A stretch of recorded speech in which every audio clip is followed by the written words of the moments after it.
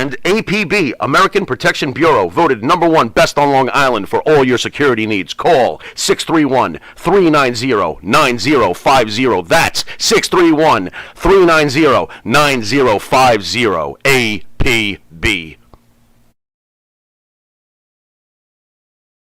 In reality, you're irrelevant. You're as relevant as I am. Yeah. Okay? And that's not saying much. So my point is, it's like, you know what? Check yourself. Understand yourself.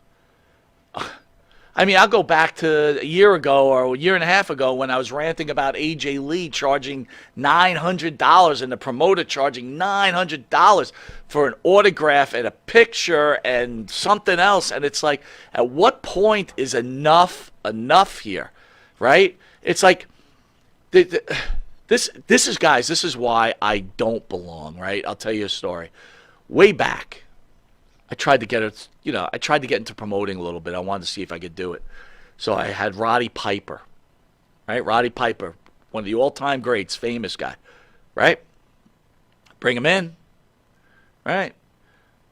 Decent price, I think. I literally think I was charging $20 for an autograph and a picture, right? Which is, in today's day and age, Roddy Piper would have been getting $100, $120. But here's the thing. People are online, and the line, guys, the line is long, man. It's deep. It's long, and it's deep. And there's literal people coming up to me with their family, and the dude's got a crumpled $5 bill in his hand, and he's like, he's my hero. I'm not working. I can't afford it. I brought my family here just to meet Roddy Piper. And I'll be honest with you. Let the guy keep it. I don't know if I took the $5 or let him keep the $5, but I let him go meet Roddy Piper. Yeah. Now, with respect to Eric Sims, there's no way in a million years Eric Sims would let this guy go meet Roddy Piper. Okay? I mean, that's a fact. All right? So that's when I realized I wasn't meant for the promoting business, right? Because I realized, you know what? I don't have the heart. Like, I'm going to see a guy who idolizes someone, and he has his one opportunity to meet this guy, and I'm going to be the guy that stops that from happening. That's karma, man, right? But it's funny to me because I look at these things, and it seems like the guys that are the good guys are the guys that get screwed over in the end. Like, if you're just not a nasty son of a bitch, you're not going to win this fight. That seems to be how it goes, It seems to be the most, cutthroat people somehow end up on the top, And it's good to be a good person, but I guess sometimes it just doesn't pay well, Hey, Sims just chimed in. He just put nope. At least one thing about Sims is he's honest, and that's why I like him, right? I do like Eric Sims a lot. He's honest. But I got to tell you, when he's on his deathbed, I don't know if this will happen, but he's going to think about all the things that he might have done, and he's going to, oh, there's my boy. He could chime in. I know he's a big Sims fan. But, hey, so thanks for joining, bro. Hey, what's going on there? All right, man.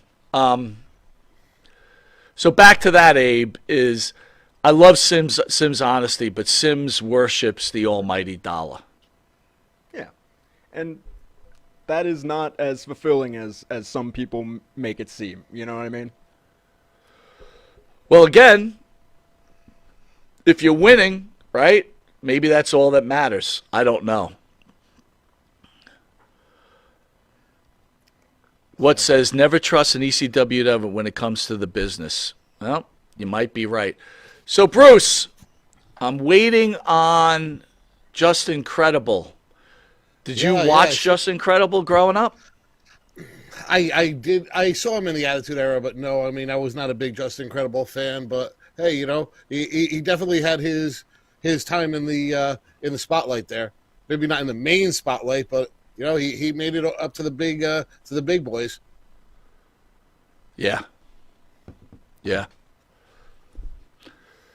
Business and success is with ESS.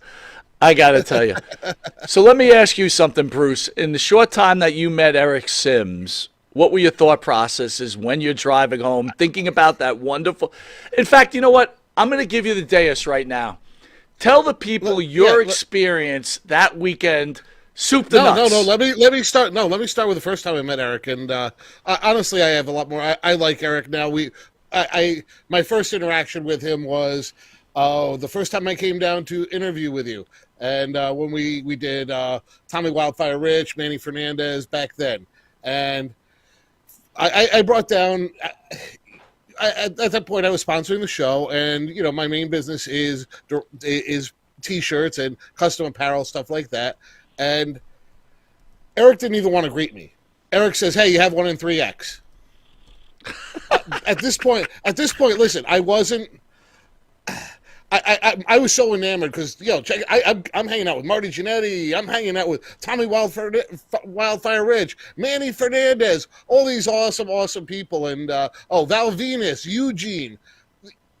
It was a great night. So I had these rose-colored glasses on, but I went home that night, and one of the things that really struck me was Eric really wasn't friendly. He didn't know who I was, so he didn't care to get to know me at that point. Now, since then, and I've met Eric several times since then, he knows me by name. We've gotten to have a little bit better of a relationship. But, it takes that little bit with him to get to that point. And, I was there in the room with Eric and Sags, and Sags turns to me and says, "You got 30 sponsors on this channel?" I'm like, "Well, yeah, Jerry, actually, we probably have a lot more than that, but I'm just sitting there. I'm trying to watch Phil and you interview Magnum TA, and I got these two fighting in front of me." So, you